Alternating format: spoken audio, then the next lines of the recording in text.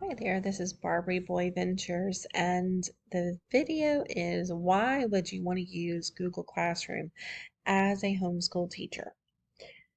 My background is in online education. I was an online teacher for 10 years before switching to full-time homeschooling with my two boys. Google Classroom is great, especially if you want to automate your homeschooling a little bit more. Maybe you want to give the reins away to your kiddos without giving everything away.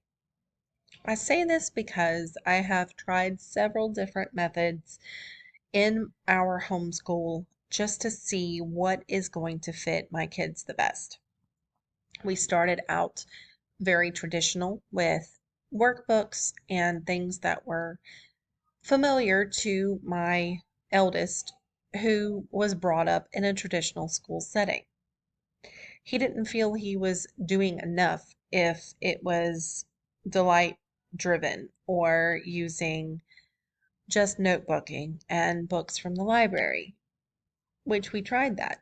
I wanted that to be something that could work, but I have noticed that my kids need structure and I need structure.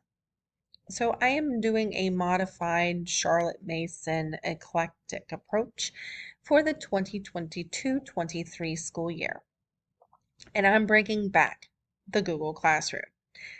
At the beginning of the school year, actually, when we first started homeschooling, I transitioned straight into Google Classroom because that's what my eldest was most familiar with. My youngest, I use this more as a guideline, and then moved on to this is our checklist for the day. What would happen is I can't really show it to you because I had to clear everything out. But if you took a look at the calendar here, this would be just a whole list of things for them to do.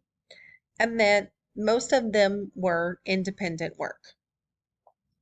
Um, the stuff that we did together mainly were unit studies based on geography and science, history, religion, all of those things we did together. Sometimes for my boys, they are two completely different grade levels, so I would have videos that I would find or resources I would find that would fit their level, and I would plug them in here. So we would have the lesson together, and then they would break off and do their own thing based on their levels. So that is another great option or another great reason to use Google Classroom. You can actually separate out your grade levels, but have everything in the same place.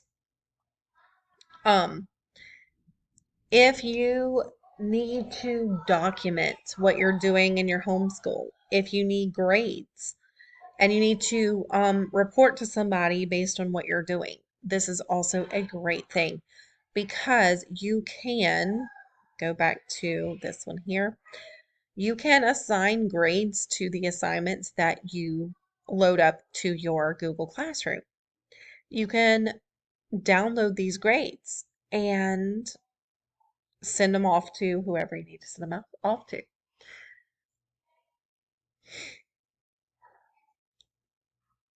me show you what the grades look like because I did this once. Go to my classroom. Like you automatically get a Google Drive for the stuff that you load up in your classroom. And so this is like 9:15, that was forever ago. I was playing around with it, but see if you put in Typingcom, and if they complete that lesson, they get 5 points out of 5 points. You might have some things that you might have like an actual quiz, okay? Um, and for that quiz, you could have a quiz that is a Google form that they do within your classroom, which I've had several of those, but I've deleted several. But here's like the Jungle Book quiz. I wanted to keep this one to show you an example. So my son was reading the Jungle Book, and I wanted to do a reading comprehension quiz, and this is where it would have his answers, and I could actually create a spreadsheet, connect it straight to these grades here. I can actually add it as a tab for each one of the graded assignments, and there's even more documentation, and it's all in one place, which is amazing. More reasons to do Classroom. You can have uploaded and create um, your own hands, I don't want to call them hands-on, but interactive assignments using Google Slides. Another option for that is actually in Teachers Pay Teachers. If you're a huge Teachers Pay Teachers user like I am, you will notice that in some places it says that they have easel activities. Easel activities are interactive things, so they can actually go in and answer questions. In some places they can move things around, draw pictures, so on and so forth. If you go to assign, you can actually assign it in Google Classroom, and it'll also be uploaded as an assignment. You can grade it there and have more documentation.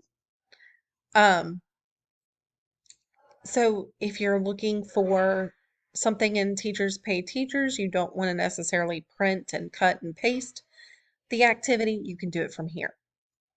There are several online resources that also are directly connected to Google Classroom. You can set up a teacher account on Khan Academy. You are a teacher, you are homeschool teaching. So set up an account as a teacher.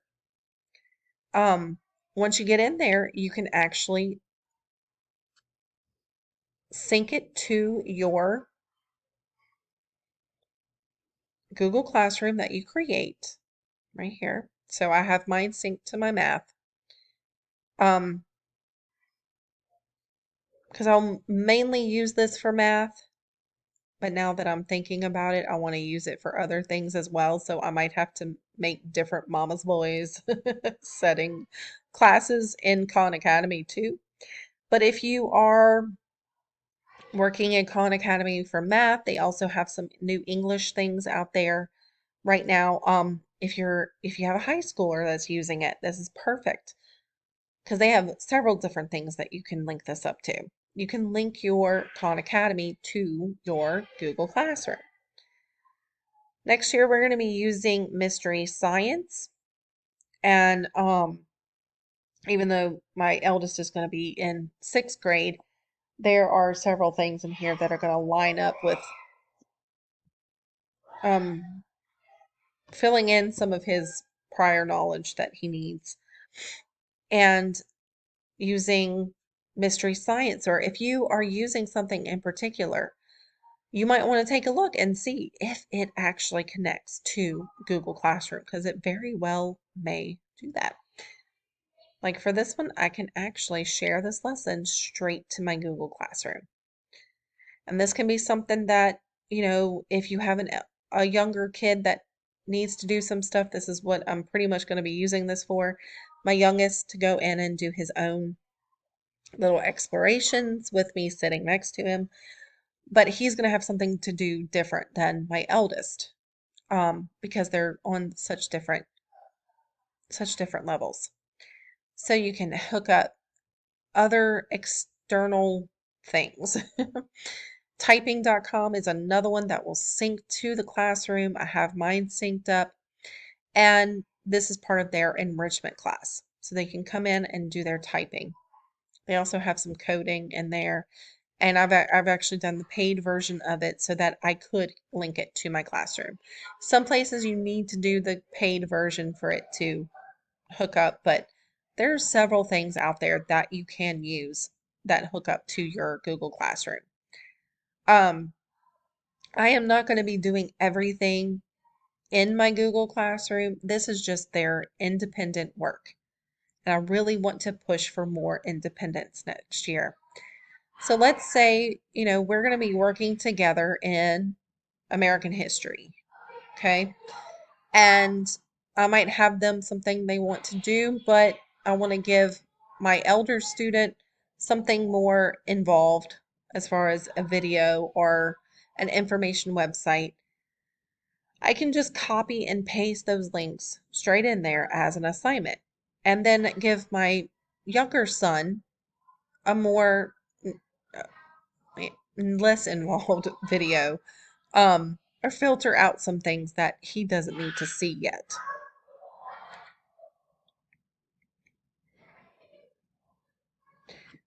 Trying to think of what else. Really, there is so many great things about it. Now, I started out with just one class. This has given me some issues because you can't separate out grades based on topics. It gets very cluttered and hard to follow. So this year I am going to be using separate classes. So I have everything loaded right here. And when they go to their calendar, these are going to be the color codes that I have. I actually have notebooks ready to go that they can put their finished work in if it's something they needed to fill out by hand. I've color coded everything. And that way they can have it all in one place without it being all in one place. It's not so confusing. So Google Classroom, I'm hoping for my kids and me, where I'm not feeling so lost as to what I need to do and so many moving parts in many different places. I'm trying to get everything in one place. It's also good for getting them prepared for what they're going to see in the future. Okay. The virtual platform is not going anywhere. Okay. We have seen that with the pandemic.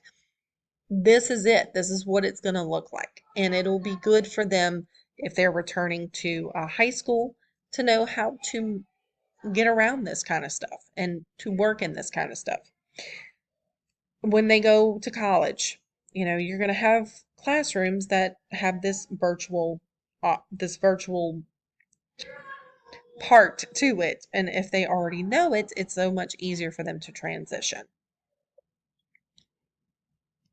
All right, my next videos are creating assignments in your classes and automating your homeschool.